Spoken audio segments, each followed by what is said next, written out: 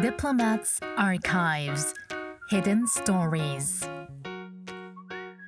This is the 33rd story. Today, our story begins with this cup of milk and a black and white photograph capturing the landscape of a single farm. This farm is called the Korea-New Zealand Dairy Demonstration Farm. It was established in 1968 in 평택, Gyeonggi-do Province under the initiative of the Korean government. But as the name of the farm suggests, its establishment was rooted in a collaboration between Korea and New Zealand. Later, the Korea-New Zealand Dairy Demonstration Farm was acquired by the Korea Dairy Processing Corporation, a company that would later grow into Mail Dairies, one of Korea's leading dairy producers. At this point, one might wonder, what circumstances led Korea and New Zealand to begin their collaboration in the dairy sector? Today, Diplomat's Archives Hidden Stories begins here at this farm. From here, we will uncover more than half a century of economic cooperation between Korea and New Zealand.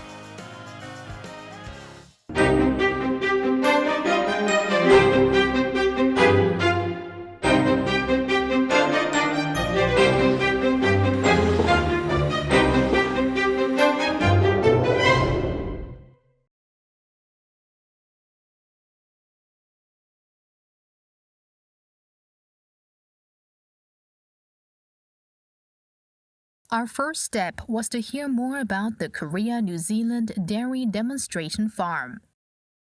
So, we went to meet her. Sure. Hello, my name is Dawn Bennett. I'm the New Zealand ambassador to Korea.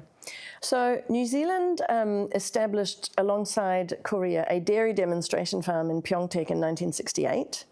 It was a large farm and included 101 cows that came from New Zealand. It was inspired actually by your President Park in the 1960s, who realised the importance that dairy products can have for great nutritional value for young Korean generation coming through. As the ambassador just mentioned, the Korea-New Zealand Dairy Demonstration Farm was initiated at the suggestion of President Park Chung-hee. In 1965, the Korean government began to actively promote dairy farming, accelerating the development of the industry. It had been only 12 years since the end of the Korean War. At the time, the government aimed to ease the severe food shortage and improve children's nutrition through the development of the dairy industry. In that situation, one of the countries Korea turned to for help was New Zealand. At the time, much like today, New Zealand was one of the world's leading producers and exporters of dairy products. Thus, in 1968, President Park Chung-hee paid a visit to New Zealand. 소와 말, 양 등 목축 사육으로 유명한 존스턴 농장의 낙농 모습입니다. And he visited New Zealand, and that reinforced his view that dairy products are a great nutritional gain for his own people. At that time, Korea had about 1.5 million cows, but very little practical experience in running a dairy industry. So New Zealand saw an opportunity there to provide assistance through technological expertise and know-how. So under the Colombo Plan, we established some assistance through which we sent people to help set up this farm. There was one more crucial factor that made the Korea-New Zealand Dairy Demonstration Farm possible. As the ambassador just mentioned, it was the Colombo Plan. In January 1950, the Commonwealth Foreign Ministers Conference was held in Colombo, the capital of Sri Lanka. And it was at this very meeting that the Colombo Plan was adopted. The Colombo Plan was a development assistance program designed to support the economic growth of South and Southeast Asia and to prevent the spread of communism in the region. Afterwards, the number of Colombo Plan member countries gradually increased, and in 1962, Korea officially became a member. At its core, the Colombo Plan centered on education and technical training, the development of skilled professionals, and support for industrial and agricultural growth.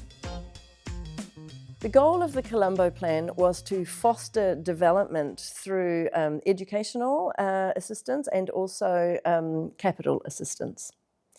Between 1963 and 1979, 203 Korean students came to New Zealand under the Colombo Plan to study things like agricultural science, teaching English as a second language, dairy systems, and some teacher training and things like that. They gained a lot from their experience.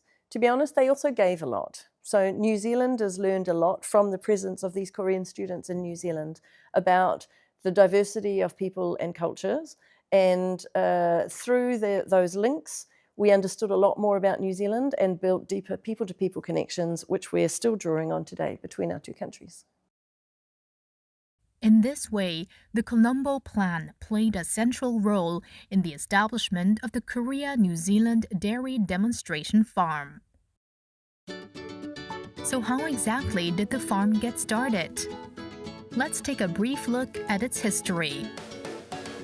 On July 31st, 1968, L.J. Hill, a dairy technician from New Zealand, arrived in Korea and began surveying the site. Construction of the cowshed and its auxiliary buildings began a month later on August 31st.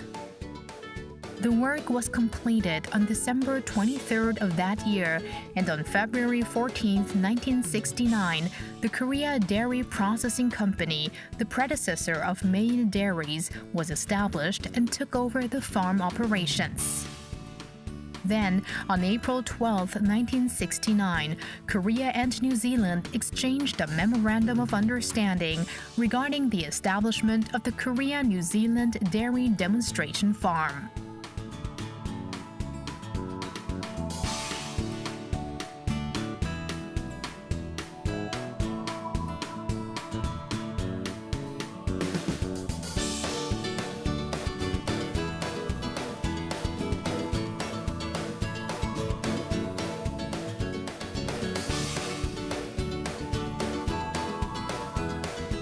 So under the Colombo Plan, we established some assistance through which we sent people to help set up this farm, and also 101 pedigree Friesian cows. Those are the black and white cows that you see in many fields.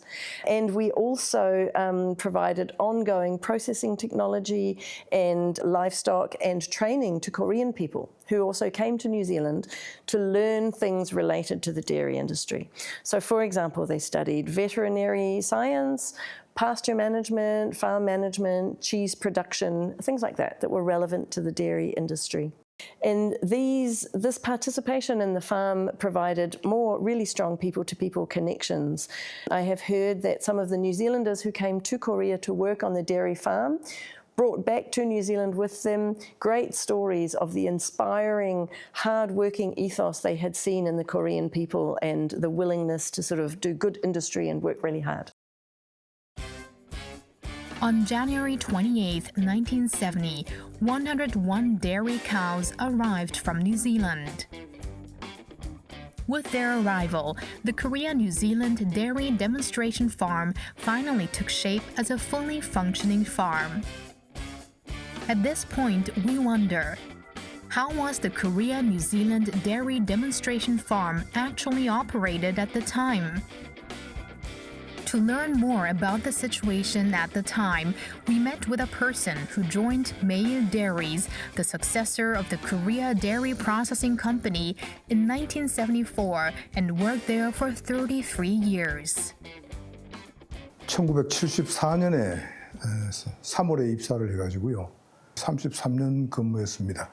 그 중간에 여러 가지 직책을 많이 옮겨 다녔습니다. 옮겨 다니고 뉴질랜드 사람들하고 농가를 많이 다녔습니다. 그런 것들이 기억이 많이 남네요. 여러 부서를 거쳤습니다. Mr. Lee Han-dong also had another special connection with New Zealand. Through the Colombo Plan, he studied at Massey University in New Zealand, where he learned dairy farming techniques firsthand. 팜 매니지먼트 코스라고 있어가지고 거기 지원해가지고 그 학생들하고 같이 수업 받고 끝나기 전에 이제 뭐 논문이랍시고 비슷한 거 하나 쓰고 그렇게 됐습니다. He later became the representative director of Mail Dairies, and after retiring in 2006, he has been serving as the executive director of the Institute of Dairy Technology Korea. 매일유업이 뉴질랜드하고 사업을 하기 전에 우리나라의 젖소 농업이라는 게 전부 도시 근교에 작은 땅, 운동장 같은 거 하나만 가지고 볏짚 배에다가 먹이고 농우사료, 그 곡식 배합사료 있지 않습니까? 그걸 먹여가지고 하니까 소의 생리, 건강에도 좋지가 않고 또 비싸게 먹힙니다. 배합사료를 그 곡식을 사서 먹이는 게 그러니까 그런 이야기는 모든 교수들이나 여기 공부하는 사람들은 전부 다 지적을 했습니다. 한국의 낙농업이 정상적으로 앞으로 발전하기 위해서는 이런 도시 근교 낙농으로 가지고는 안 된다 하는 것들이 이제 공감대가 되어 있는 상태에서 한국낙농가공주식회사가 하는데 원가가 적은 우유를 만드는 데 집중을 하자. 그리고 우리나라는 전체 국토 면적의 67%가 산지고 나머지가 경작 가능한 지역이다 이렇게 이제 되어 있습니다. 그러니까 땅의 3분의 2가 산인 거예요. 그래서 이 임야를 개발을 해서 풀을 심어서 소를 키워서 국민들한테 단백질 공급원을 갖다가 제공을 하고 농가 소득을 증대시키고 또 정상적인 원가가 싼 원조가 나오지 않겠느냐 해서 국토 개발하고 이거하고 병행이 되었습니다. 낙농가공주식회사 기본 목표가 그렇게 이제 시작을 했는데 그게 이제 IDA 사업 세계은행하고 사업을 하려면은 외국에서 기술자들도 들어와야 되고 우리 기술자들도 가서 교육을 받아야 되고 하는데 그때 뉴질랜드하고 이제 조인이 되게 된 겁니다. At the time, Korea's dairy industry was barely established. There was a lack of specialized skills, and systematic production methods had yet to take root. In this situation, the New Zealand technicians who were dispatched played a crucial role in helping the domestic dairy industry establish itself and grow. It is said that there were many ups and downs in the process of establishing the farm.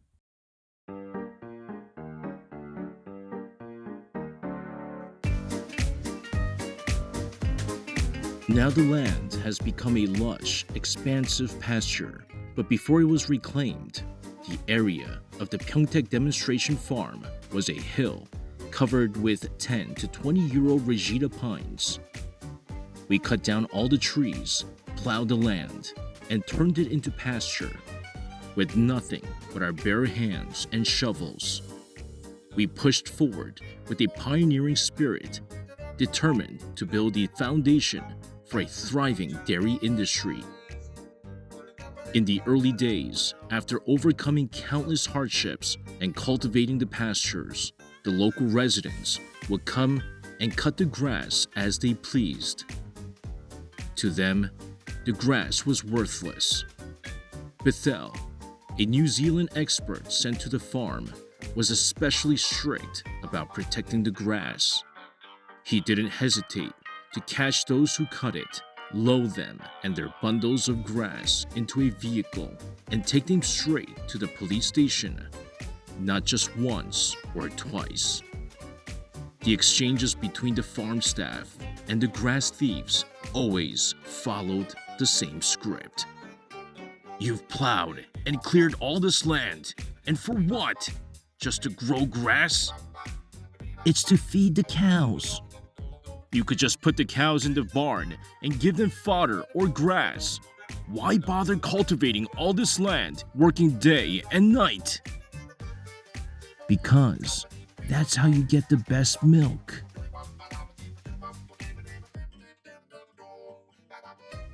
After years of effort by many people, the Korea-New Zealand Dairy Demonstration Farm finally took shape in 1970 on 190 hectares of land in 평택.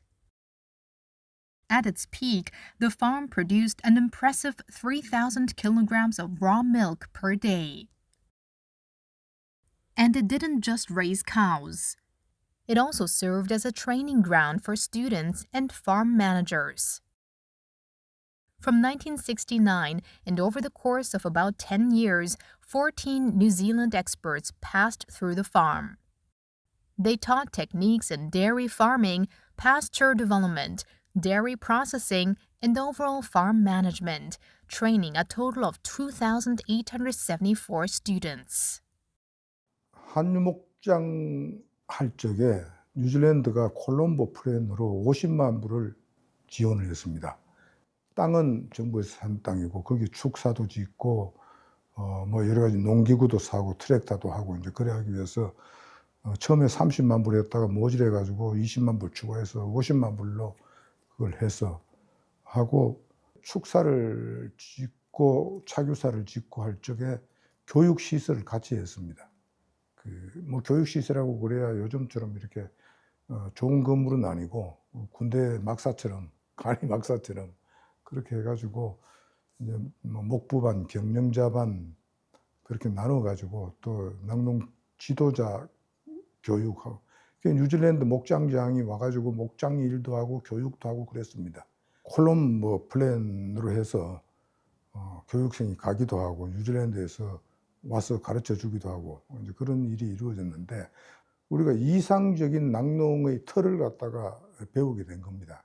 뉴질랜드가 이성을 해가지고. 뭐 그렇지 않으면 그런 게 뭐 그런 걸 깨치는데 시간이 많이 걸리겠죠. 그런 거를 뭐 다 틀을 잡고 우유 가공하는 기술도 다 기초를 잡아주고 갔다고 할 수가 있습니다. Mr. Lee Han-dong recalls being deeply impressed by the dedication of the New Zealand experts working there at the time. 미스터 레이놀즈라고 뉴질랜드의 베이 오브 플랜트 지역이 제일 낙농 중심지인데 거기에서 이제 목장을 자기 목장 하시는데 그걸 남한테 맡겨놓고 여기 오셨더라고. 또 이제 닥터 페닉이라고 뉴질랜드 사람인데 유가공 전문가였습니다. 그래서 그분도 참 열심히 공장에 다니고 레이놀즈도 열심히 농가를 다녔습니다. 그러니까 참 그 열정적으로 일하는 모습이 우리가 이제 감명을 많이 받죠. 낙농에 종사하는 모든 사람한테 동기도 부여를 하고 또 낙농의 흐름이라는 게 이런 것이다. 뭐 이런 그 기본적인 기술이나 교육을 갖다가 다 해줬고 다른 한편으로는 그 사람들의 그 낙농에 대한 마인드라든지 일하는 자세가 우리한테 굉장히 감명을 줬어요. 우리 다 칭찬을 해. 우리가 따르고 이랬습니다.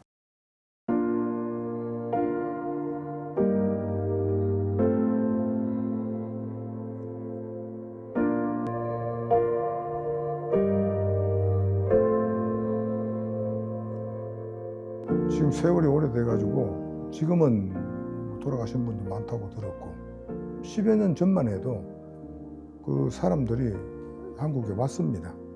되게 자기들도 이제 나이가 많이 들어서 은퇴하고 한국이 생각이 나니까 정성을 쏟은 곳이니까 뭐 저도 뭐 오면 또 같이 만나서 파티도 하고 그랬습니다.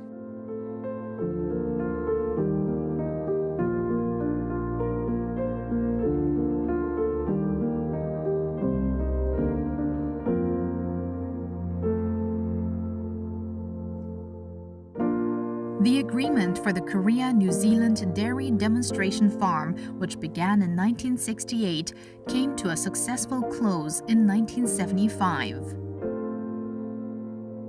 And to commemorate the cooperation between Korea and New Zealand, a monument was erected on the farm.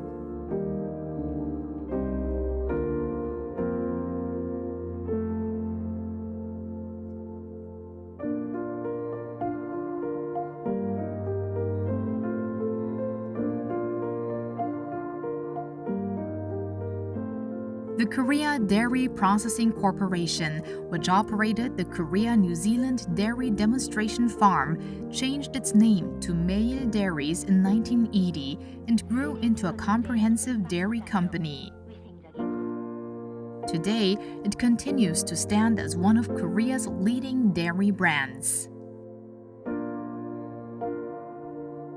So the dairy demonstration farm then eventually evolved into Mail, which was one of Korea's great dairy companies now.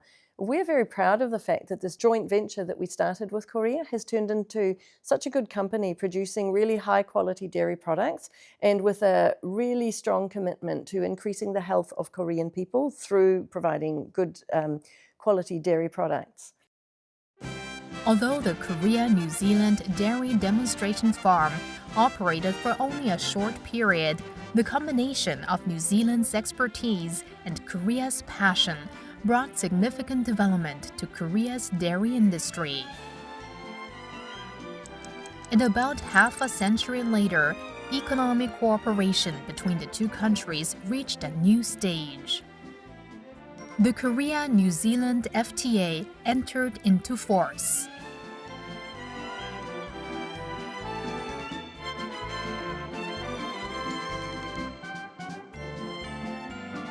The New Zealand and Korea agreed to a free trade agreement which took effect in 2015, 10 years ago.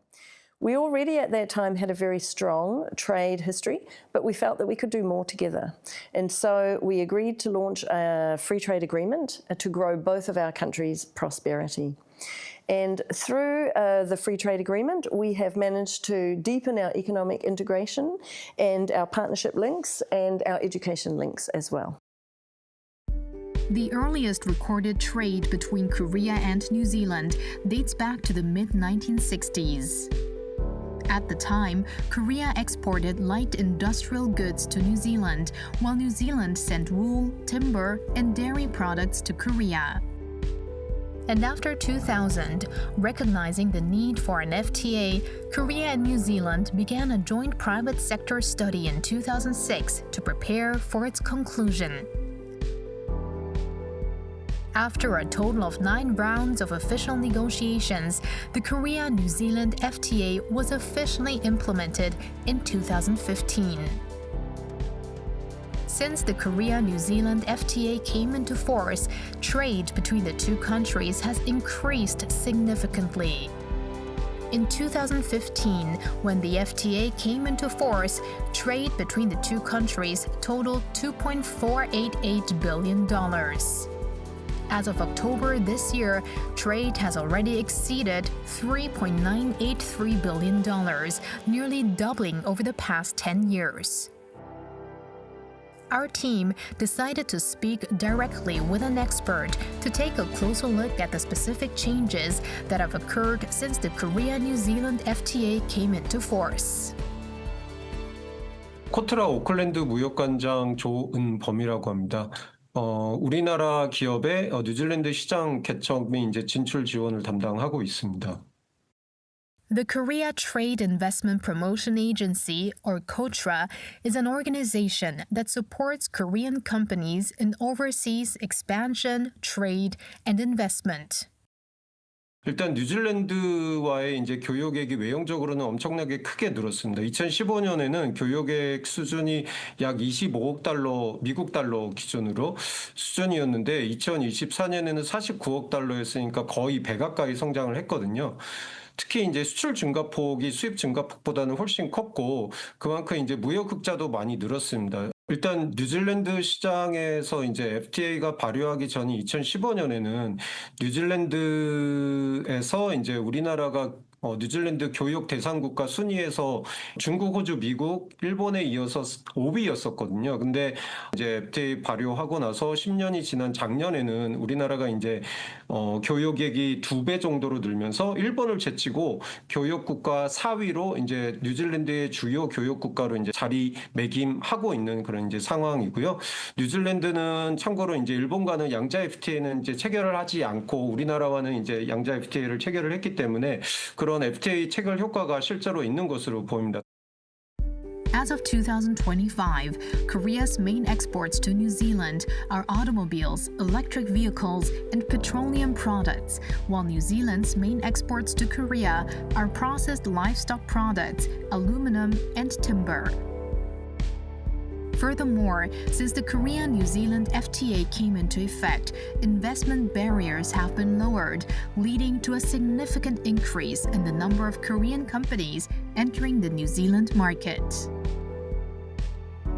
일단 뉴질랜드에 이제 진출해 있는 기업에 대해서 좀 간단히 말씀드리자면 삼성전자 그리고 뭐 LG전자, 기아자동차, 오스템 임플란트 등이 이제 판매 거점을 운영을 하고 있고요. 판매 거점 운영 중이라는 건 이제 또 해당 제품이 이제 잘 팔리고 있다는 뜻이고, 그리고 제조업으로는 유일하게 이제 우리나라 오뚜기가 진출해가지고 여기서 현지에서 식품 공장을 운영하고 있습니다. 그리고 그 밖에 한솔 그리고 써네넬이라는 이제 기업이 조림 사업 및 탄소 배출권 거래 사업을 여기 진출해서 활발하게 운영하고 계시고, 또 현대 롯데미 수도 여기 웰링턴에서 전동차를 이제 납품하고 난 뒤에 유지 보수 사업을 계속 이제 하고 계시고, 또 동원산업이 남섬에서 원양업 사업 등을 이제 운영하고 있고요. 그리고 제일기획이 광고업으로 여기 시장에 진출해 있습니다.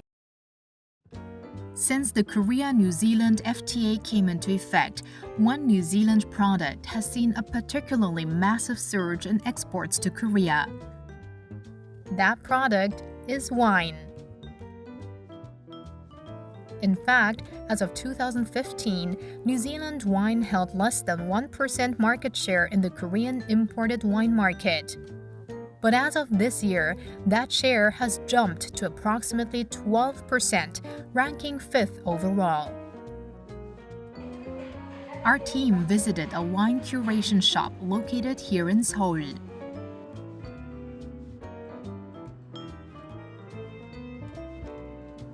Here, we were able to find various types of New Zealand wines.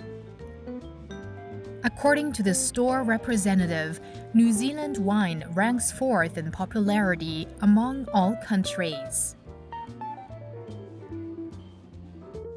So then, just how important is the Korean market for New Zealand's wine exports? To find out more, our team reached out to an expert in New Zealand for deeper insight. My name is Charlotte Reid and I'm the General Manager of Brand at New Zealand Wine Growers.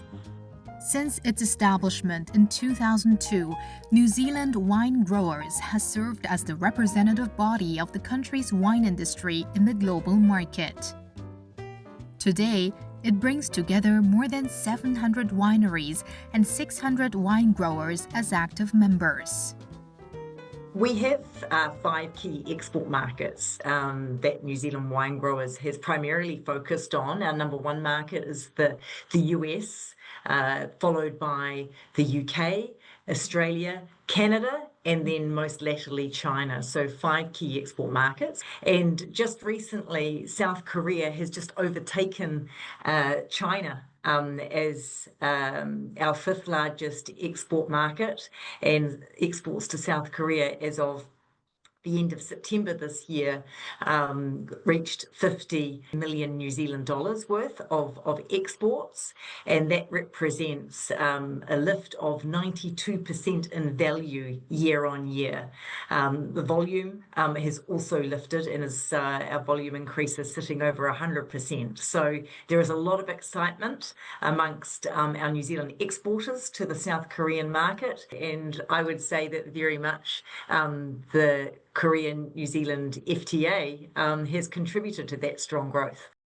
Charlotte noted that since the Korea-New Zealand FTA entered into force, exports of New Zealand wine to Korea have continued to grow, and she expects this positive momentum to carry on in the years ahead. When we're building wine brands, historically, we have follow the adage that we build wines in the on-premise, or the on-trade as we call it, in restaurants. And that is very time-intensive. But what we love about the South Korean market is that wine is being drunk at home, and there's a really strong retail presence quite early on in the evolution of the wine market for New Zealand category. So the likes of Costco and E-Mart having strong representation of New Zealand wines just makes the many of our brands very accessible to consumers, and really delighted to hear the consumer behaviour that it's drunk at home, that young people are really enjoying it, and that it pairs so well with a wide variety of foods that you eat in South Korea.